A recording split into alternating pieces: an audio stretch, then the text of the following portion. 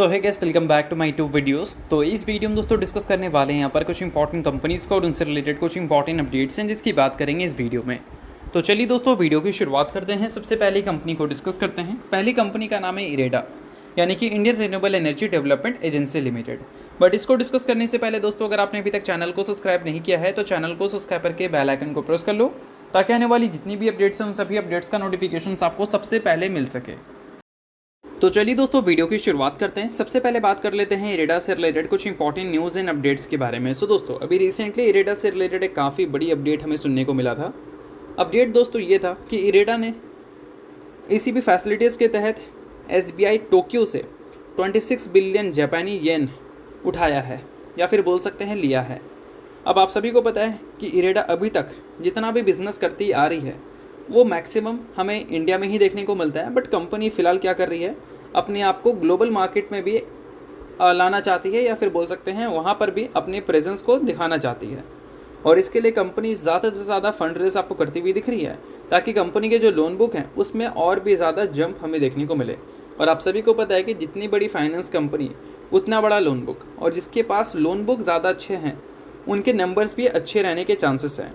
और इस बीच में स्टॉक ने भले उतना कुछ खास रिएक्ट नहीं किया, बट अगर देखा जाए कंपनी के वैल्यूशंस को, तो वैल्यूशंस में पिछले कुछ टाइम से काफ़ी अच्छी ड्रॉप हमें देखने को मिली है। और अर्निंग्स में कंसिस्टेंट आपको वन साइडेड मूव यानी कि अप ट्रेंड देखने को मिला है।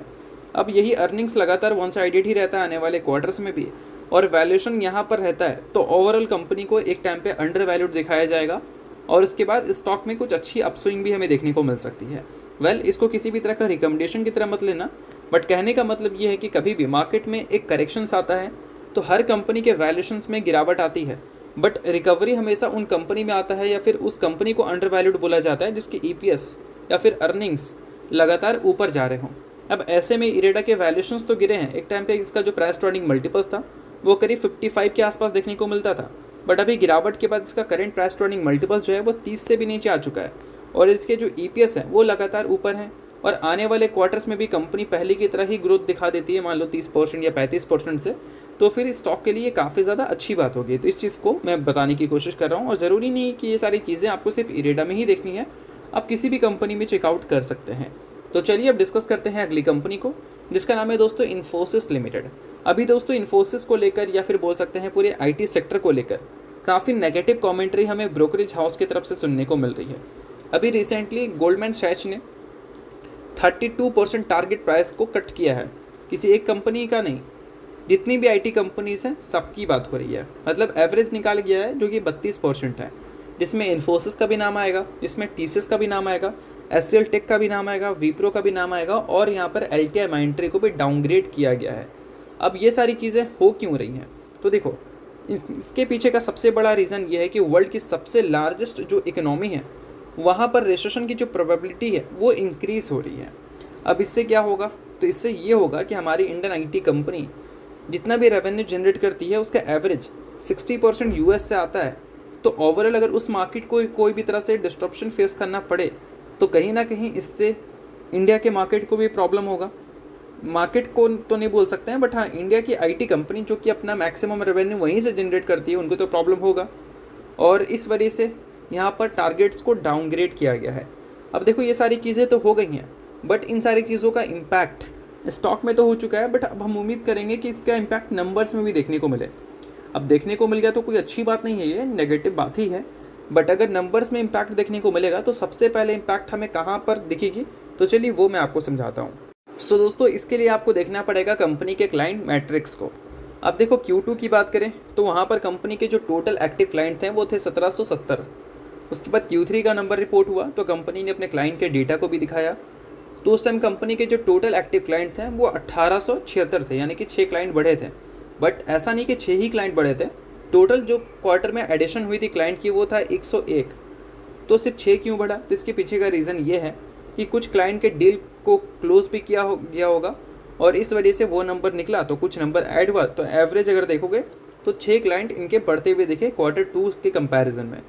और दोस्तों यहाँ पर रेवेन्यू कंट्रीब्यूशन भी दिया गया है। टॉप 5 क्लाइंट से कंपनी को रेवेन्यू कंट्रीब्यूशन 12.7% आता है, और टॉप 10 क्लाइंट से 19.9% आता है। यानी कि देखा जाए तो किसी एक क्लाइंट पे कंपनी पूरी तरह से डिपेंडेंट नहीं है, ये एक अच्छी बात है।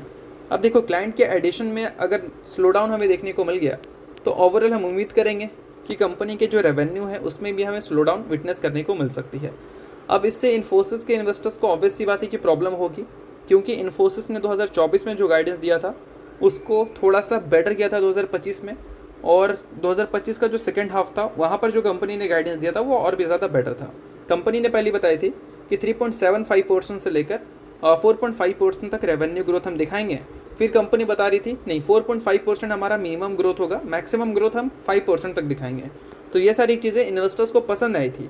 बट अब क्या है कि एक कंसर्न क्रिएट है यूएस के मार्केट में, तो इससे उम्मीद है कि क्या 4.5% से 5% का जो गाइडेंस है पिछले बार का वो अगले फाइनेंशियल ईयर को लेकर कम ना हो जाए।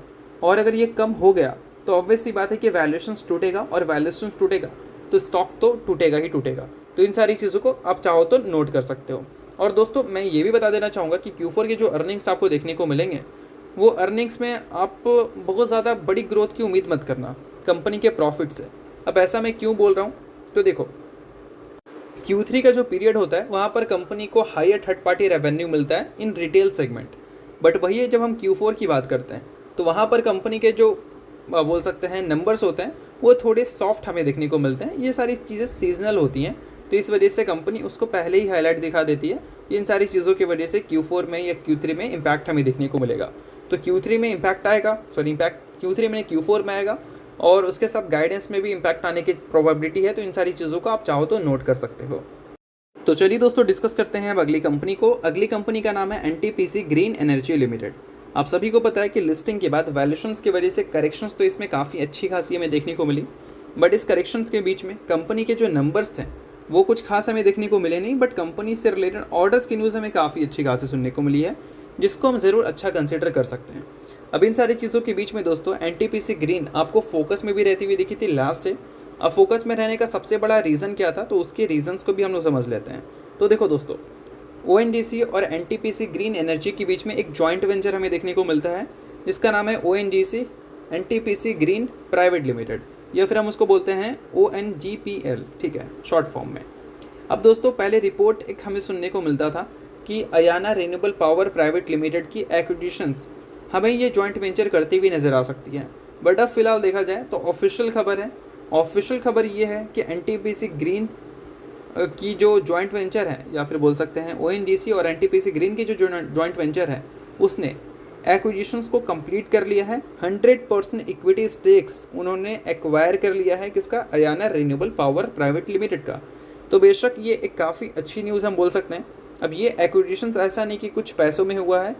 मैंने जब लास्ट टाइम पढ़ा था तो उस टाइम 19,000 करोड़ के आसपास का नंबर था, यानी कि 19,000 करोड़ रुपए इन्वेस्ट कर इस कंपनी को उन्होंने एक्वायर किया है। तो ओवरऑल ये एक काफ़ी बड़ी अपडेट है, क्योंकि अगर आपको एक्सपैंड होना है तो आपके पास उतने एसेट्स होने चाहिए, और एक्विजिशंस के जरिए आपके पास अच्छे एसेट्स आ जाते हैं। सेम स्ट्रैटेजी हमें वारी भी फॉलो करती हुई दिखती है। तो ये न्यूज़ को आप नोट कर सकते हो अगर आप NTPC ग्रीन एनर्जी के इन्वेस्टर हैं। और दोस्तों इन्वेस्टर अगर आप हैं तो इस कंपनी के वैल्यूएशन को और इस कंपनी के नंबर्स को आप टाइम टू टाइम ट्रैक करना, क्योंकि अगर पूरे साल के रेवेन्यू को अगर कंपनी के वैल्यूएशन से कंपेयर करोगे तो आप क्लियर देख सकते हो कि काफ़ी ज़्यादा प्राइस टू अर्निंग मल्टीपल्स पे ये कंपनी ट्रेड कर रही है। और ऐसे टाइम पे क्या है कि नंबर्स अच्छे अगर नहीं होते हैं तो वो वैल्यूएशन के बेसिस पे स्टॉक में आपको कुछ अच्छे मूव्स देखने को नहीं मिलता। तो हमेशा मैं बताता हूँ आपको कि किसी भी अच्छी कंपनी में इन्वेस्टमेंट करने से पैसा नहीं बनता। पैसा तभी बनता है जब आप अच्छी कंपनी में अच्छे समय पे इन्वेस्ट करो, अच्छे वैल्यूएशंस पे करो। तो NTPC ग्रीन एनर्जी के वैल्यूएशंस को थोड़ा सा नोट कर लेना। मैं आपको बाय सेल के लिए रिकमेंड नहीं कर रहा हूँ, बट कहने का मतलब ये है कि वैल्यूएशन अभी NTPC का काफ़ी ज़्यादा लैमलाइट में रहा है पिछले कुछ टाइम से। तो चलिए दोस्तों डिस्कस करते हैं अगली कंपनी को, जिसका नाम है कैपिटल ट्रेड लिंक्स लिमिटेड। अभी रिसेंटली दोस्तों कंपनी ने 1:1 की रेशियो में बोनस इशू किया था, जिसका रिकॉर्ड डेट कंपनी ने फिक्स कर दिया है। रिकॉर्ड डेट है 2 अप्रैल का, यानी कि उस अप्रैल 2 अप्रैल से पहले जो भी कंपनी का शेयर होल्डर होगा वो कंपनी में बोनस के लिए पूरी तरह से एलिजिबल होगा। सो अगर आप इस कंपनी के इन्वेस्टर हैं तो 1 के बदले 1 शेयर आपको मिलेगी, 10 के बदले 10 शेयर और 100 के बदले 100 शेयर। और इन्वेस्टर नहीं इग्नोर कर सकते हैं, न्यूज़ थी इस वजह से मैंने बता दिया, बाकी किसी भी तरह का रिकमेंडेशन नहीं है। तो चलिए दोस्तों ये वीडियो यहीं तक था। आपको करता हूँ वीडियो आपको अच्छा लगा, लाइक कीजिए, सब्सक्राइब कीजिए। वीडियो के लिए बहुत बहुत शुक्रिया।